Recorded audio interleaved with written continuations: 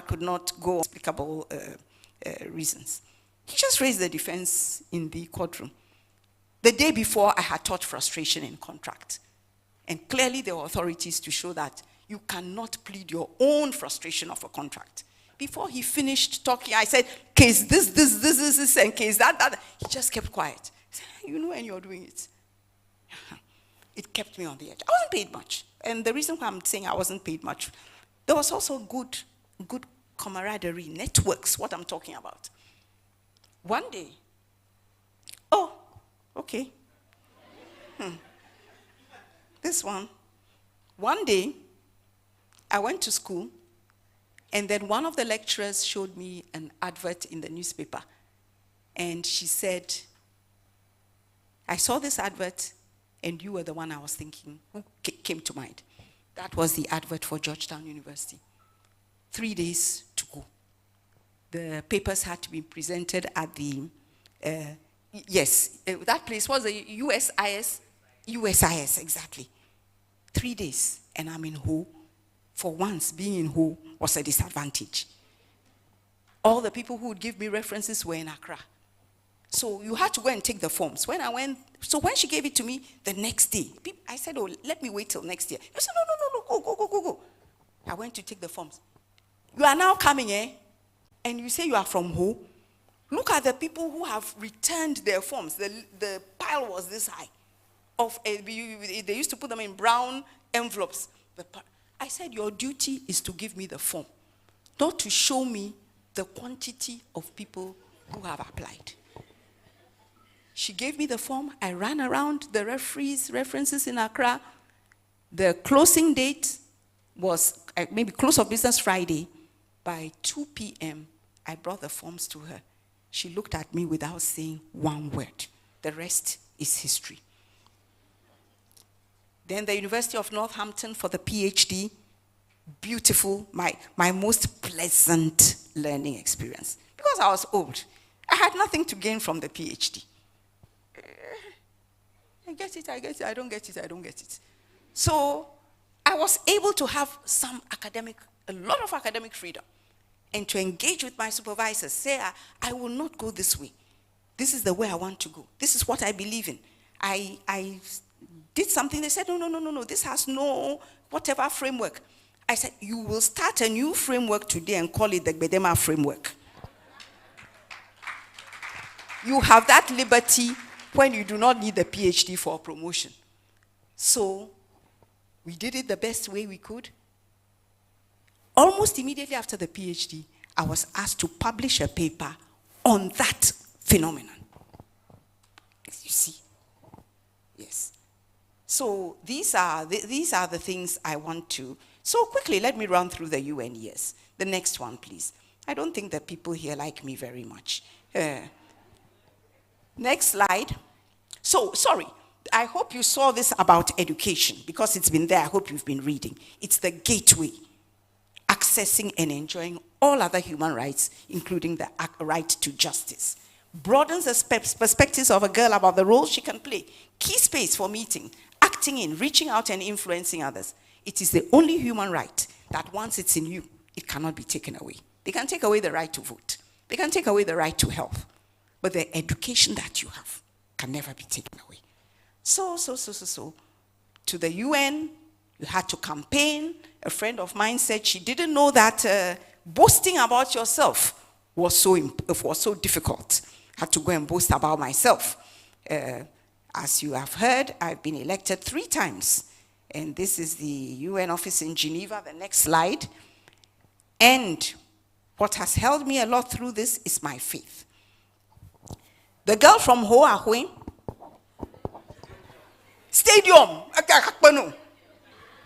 Stadium is there. The next slide. The girl from Ho Ahwe became the chair of all the chairs of the 10 UN treaty bodies. And these are the bodies. This is me. This is Antonio Guterres. Standing next to him, and I was the chair of all the 10. All the 10. My faith. The fear of the Lord is the beginning of wisdom. Do you see a man skillful in his work? He will stand before kings, not obscure people. Energy, wait upon the Lord. That is why 70 years, by the grace of God, I can still work. And I can still stand for 4 hours and talk, except that the people here want me to go and sit down in 5 minutes. The girl from Hoa Hui, the next slide. The sun does not refuse to shine on a village because it is small. This is an African proverb. The awards. The girl from Hoa Hui, the next slide, did not always start that way. I did a lot of community work with people who are like Noretti behind me, chronicling, writing. We taught nurses, we taught community, we taught this. We even taught in the market, lawyer, standing in the market, teaching human rights. But the girl from Hoa Hui, next slide,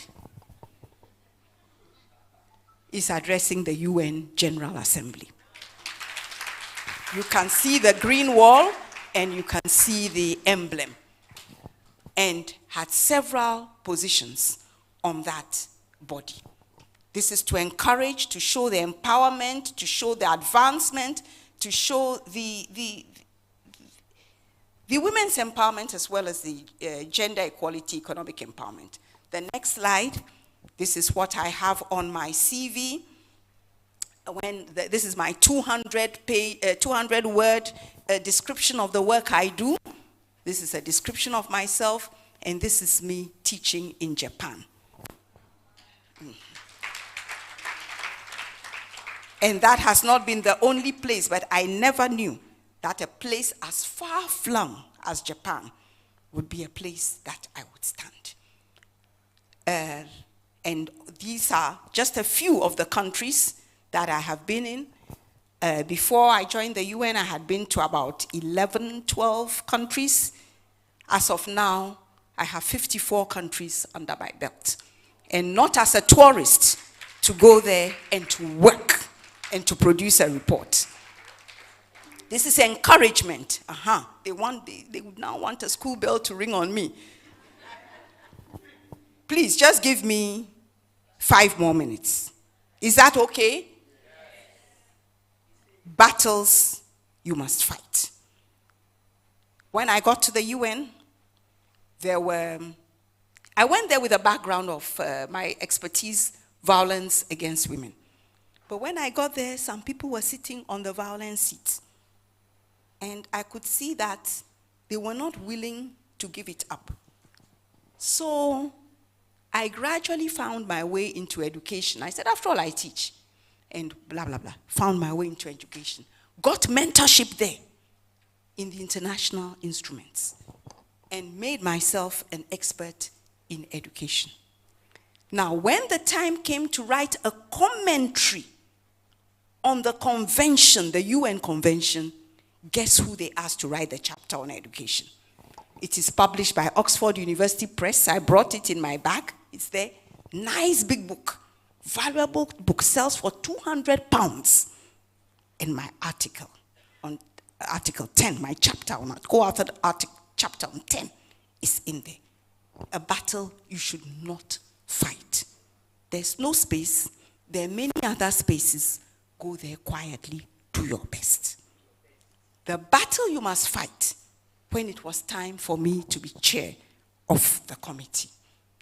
I was the most qualified in several ways. Before you know, they had trying to put up a candidate. Politics against me. I said, hey, here, because up till then I was very well behaved, perfect diplomat. I don't talk. Do my work, go. Like the one I told you I didn't fight. Then, here and there, I said, this battle is the Lord's and it is mine. Please, find your way quietly and let me take the position. If not, we will go through a process that they hardly ever go through.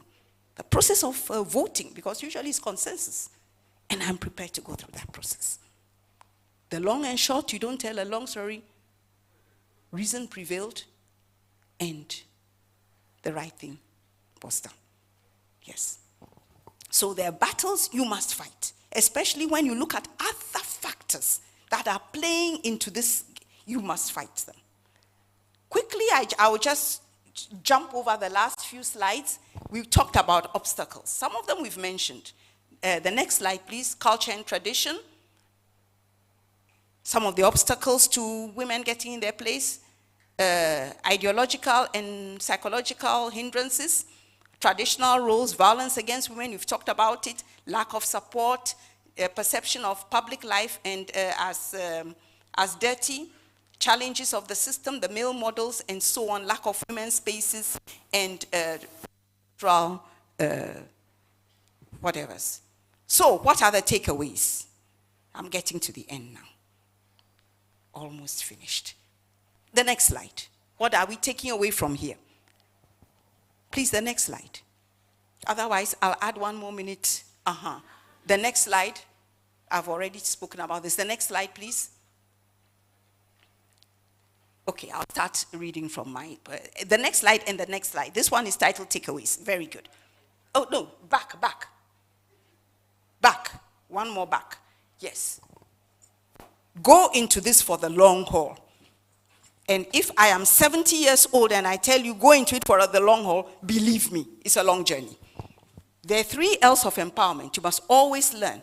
Leadership, inclusive leadership, and hard labor.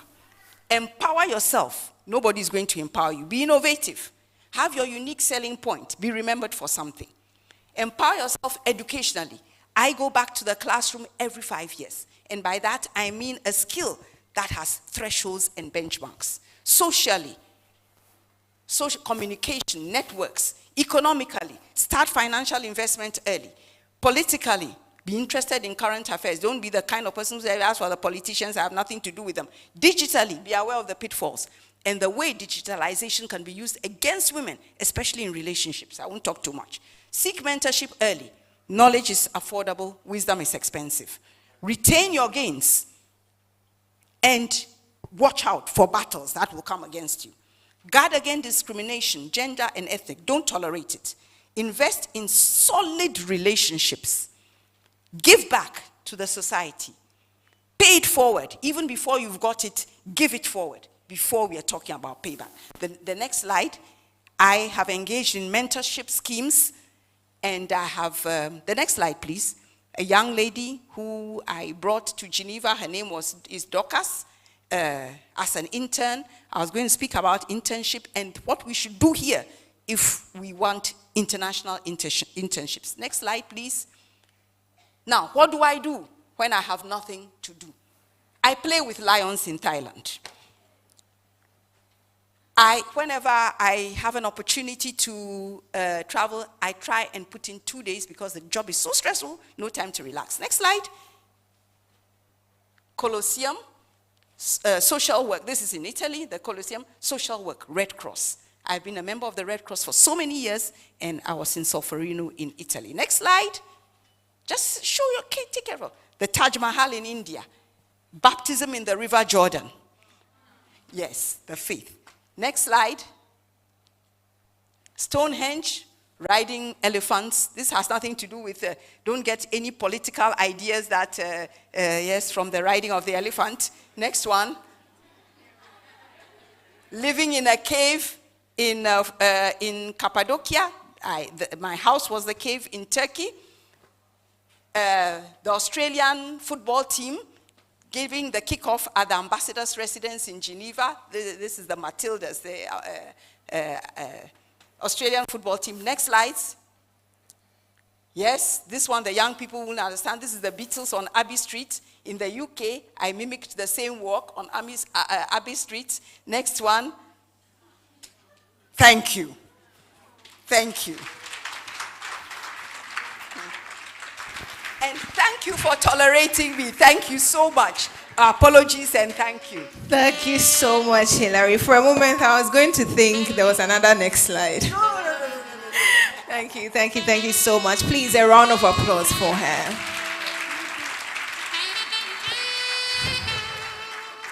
So throughout her presentation, I think one key thing I noted was that she never forgot where she started from. So if you heard, she kept mentioning the girl from... Thank you. Yes, and that's very important, that as you climb up in life, you do not forget where you're coming from. Okay, so I'll just give one person the opportunity to just summarize what you're taking away from this seminar. So I will go to the person taking the video over there. Yes, that one. Yes, you. Please give me a summary of what you're taking away from Hilary's contribution.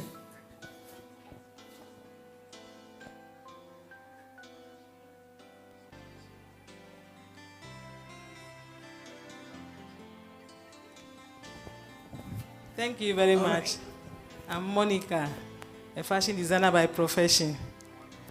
I'm very grateful to be here this morning, and all that I witnessed, but I'm so happy, though I came a little late. One thing that I picked from Doc's speech is that we shouldn't limit ourselves at where we find ourselves. We can move forward, we can learn, we can upgrade ourselves. So whatever you want to go, we can go. We shouldn't think that where we are coming from, we cannot move forward. We can move forward. Wherever we want to go, we can go. Thank you very much. Thank you very much. In Accra. So now let me invite, he's a research and mail officer at the Springboard Roadshow Foundation. He's going to take us through a very short exercise. Thank you very much.